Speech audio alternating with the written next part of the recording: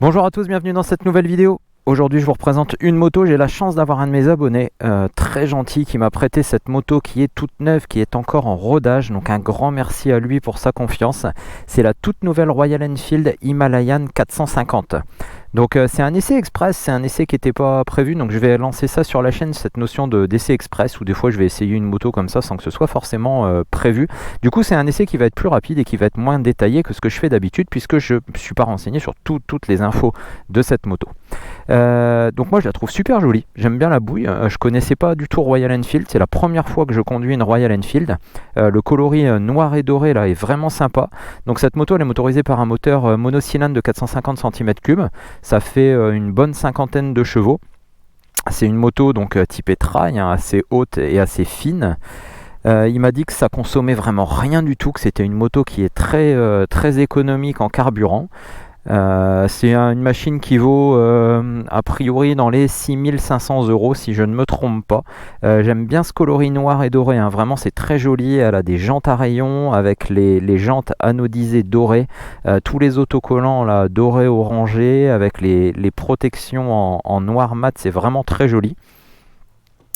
Elle a un tableau de bord plutôt sympa aussi, puisqu'en fait vous allez retrouver donc ce petit tableau de bord rond qui est plutôt typique de ce qui se faisait à l'époque, et en fait très moderne, puisque c'est un tableau de bord digital avec un contour à aiguille, mais à aiguille digitale. Voilà, on a reproduit tout ça. On a un indicateur de rapport engagé.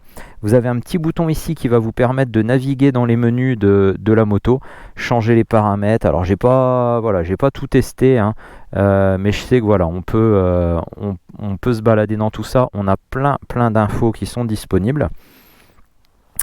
On a une suspension Showa, donc on a une fourche Showa à l'avant, l'amortisseur arrière.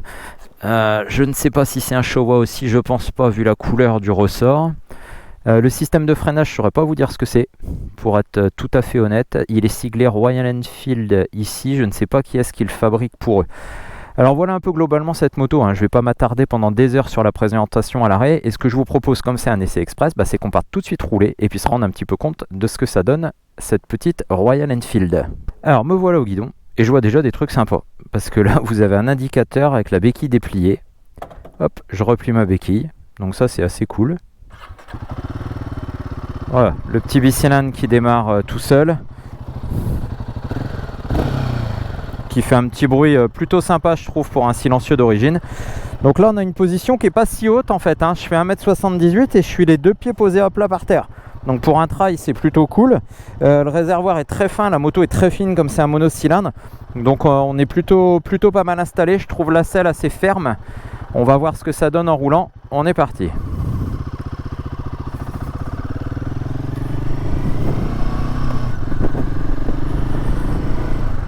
Alors la moto est en rodage, hein. Donc voilà, je vais pas tester l'accélération, je vais pas tester tout ça. On va juste se balader un petit peu.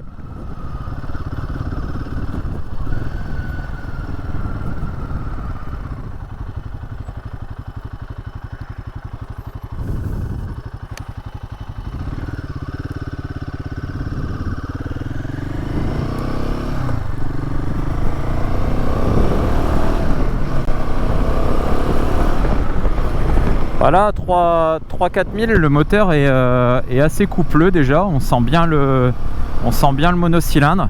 La boîte est très douce, ça passe tout seul, l'embrayage est très doux aussi. C'est assez marrant parce qu'en fait j'ai l'impression de conduire une 125.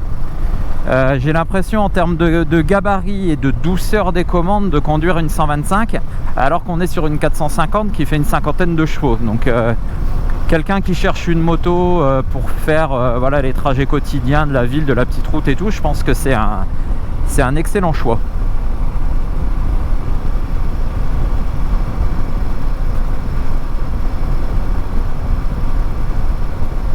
On a même la température extérieure.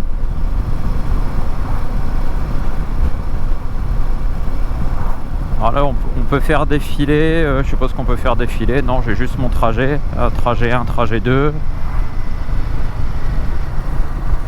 Autonomie en carburant, consommation de carburant, tension de la batterie, rappel d'entretien, température du moteur. Ouais, il y a quand même pas mal d'infos, hein.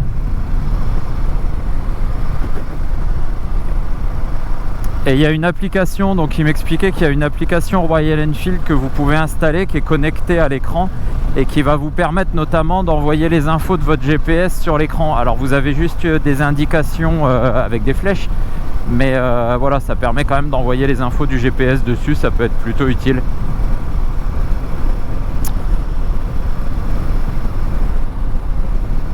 Alors on est sur de la petite départementale, mais on est plutôt pas mal installé sur cette Royal Enfield, hein.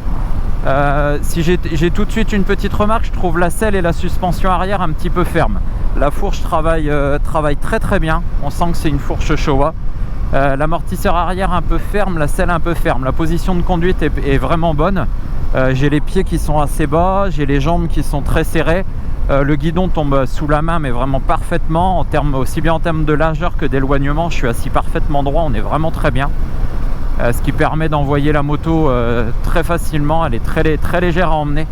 Je vous dis, j'ai vraiment l'impression de rouler une 125 mais avec 50 chevaux.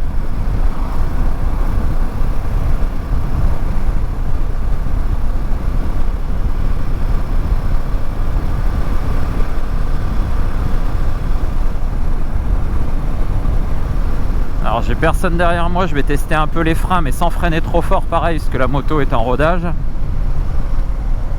Ouais, ça freine très très bien. J'ai vraiment pas insisté, ça. Voilà, de toute façon, je pense que en 2024, n'importe quelle moto, on a d'excellents systèmes de freinage. Enfin voilà. On n'a pas de mauvaise moto sur le marché actuel. Voilà, il faut que chacun trouve la moto qui est adaptée à ses besoins, à ses envies, mais on n'a pas de mauvaise moto. Alors là on a une partie un peu plus en ville, donc je suis à 50 en 4 à 3000 tours. Le moteur fait pas trop de bruit, la moto vous vous doutez bien en ville qu'elle est extrêmement maniable vu son gabarit, elle est très agréable.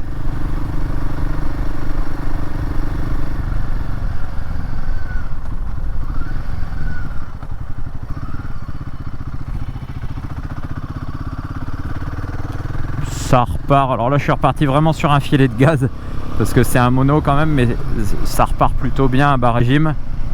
Après voilà, le monocylindre vraiment bas dans les tours, il va avoir tendance à cogner, hein.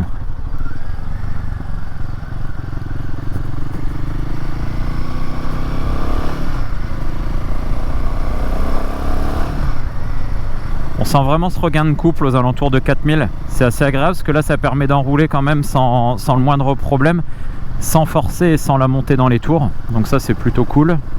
Alors on arrive sur une route un petit peu plus grande avec un bon bitume. Donc là je suis nettement moins dérangé par la remarque que j'avais fait sur l'amortisseur arrière. Niveau protection, il n'y a pas de protection, hein. Il y a une toute petite bulle qui est là, mais là à 80 on sent déjà beaucoup le vent, hein. C'est comme un roadster. L'écran est très lisible. Aujourd'hui il fait beau, il y a pas mal de luminosité et l'écran est très lisible. J'aime bien le design, il est simple, il est sobre, en fait il va très bien avec la moto. Il y a des rappels de noir, des rappels de doré là, de la couleur de la moto. Et le graphisme est joli, la montée de l'aiguille est fluide, il y a une jauge d'essence, tout, j'aime beaucoup cet écran. Alors je me suis aventuré sur une voie rapide, histoire de voir si avec une moto de 450 cm3 on peut aller faire un petit peu de voie rapide. Alors là il y a un petit peu de trafic, donc je me rends pas compte, j'aurais juste voulu essayer de rouler une fois à 110 pour voir un petit peu à 110 se stabiliser comment on est. Mais on a un peu de trafic et des travaux. Voilà, ça s'est déjà dégagé un petit peu, donc je voulais juste voir ça, je vais pas le faire trop longtemps. Je suis à 110, je suis entre 5 et 6000 tours. Et je ressens aucune difficulté, hein. La moto elle emmène à 110 sans le moindre problème. Voilà, donc là je suis redescendu me caler à 100 pour pas la faire tourner à plus de 5000. Et à 100 on est bien en fait, on a moins la pression du vent, on est bien posé, le moteur vibre moins. En termes de vibration, pour un monocylindre on n'a pas beaucoup de vibration, c'est assez agréable. Alors on va se réinsérer. Donc je relance sans forcer, mais ce qui est bien c'est qu'entre 4 et 5 de toute façon je suis sur le gros du couple du mono. Et c'est un régime qui lui va super bien. Voilà, on va déjà conclure avec cet essai express. Alors dites-moi en commentaire si ce concept d'essai express vous plaît, parce que j'ai souvent des abonnés qui peuvent me proposer comme ça de tester rapidement leur moto sans que ça soit un essai super préparé. Donc je remercie encore grandement mon cher abonné qui m'a fait confiance pour me prêter cette moto, et je vous dis à très bientôt pour une nouvelle vidéo.